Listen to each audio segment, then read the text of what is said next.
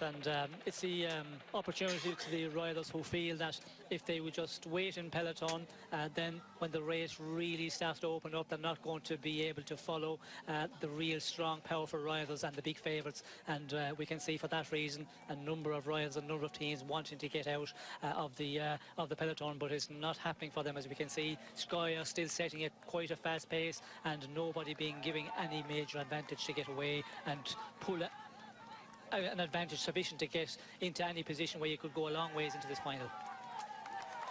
Despite the fact we're going to allow you to rip up your predictions, have you changed today in your view? This morning you said Degenkolb was, or last night you said Degenkolb. You still stick with that view today? Yes, well, I think when you look at the list of riders capable of winning today in the conditions we have got, Degenkolb, of course, if you had maybe more wet, windy conditions, he will survive maybe a bit better, but he's still a good rider, and he can, you know, hang on in there, and if he gets to the finish with a group, he's always a real danger one. Greipel, the question mark with him has always been about the distance. Right now, I believe he's sacrificing himself.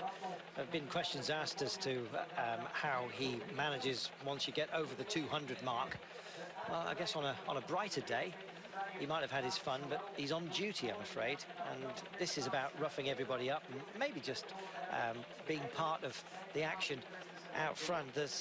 If this comes together and then pushes on, there will be 3 Lotto riders up the road. Lars Bak, who's nosed off right at the very front, one of the chasers, and of course Andre Greipel as well.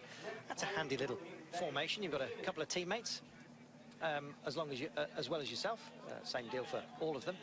And a few checks over shoulders. I don't think they believe that this can make it just for the time being, but it's showing intent, and it's mixing it up, Sean, with just under 70 to go now.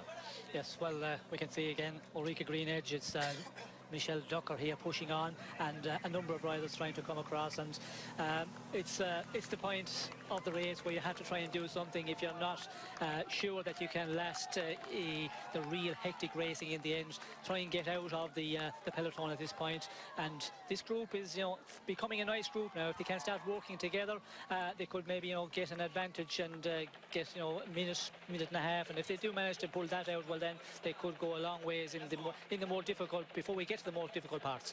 The danger has been spotted at an Essex Quick-Step, a centre man up the road. They don't want to be caught napping, and I guess if Lotto Soudal are starting to form themselves a bit of a breakaway party, a marauding party, you might say, of 3 riders, then you need to mark that down.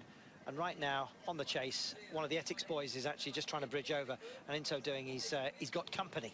I'm not surprised. It's a game of chess at the moment, Sean. Yes, well, I think it's all happening out there on the front of the peloton, and Essex Quick-Step, they can see that, you know, there's a number of riders you know, starting to peel off the front of the peloton, so they want to get into the action as well. They don't want to be in a position where they're going to have to, you know, start riding later on, and that was always the question: what way would Quick-Step, or Essex Quick-Step, let's call it, what tactic would work this in this race, because they have been, you know, using the team, riding a lot, but not getting the results that they would like. So it seems to be a little bit of a change of tactic if they're going to fire a man into this breakaway. Change of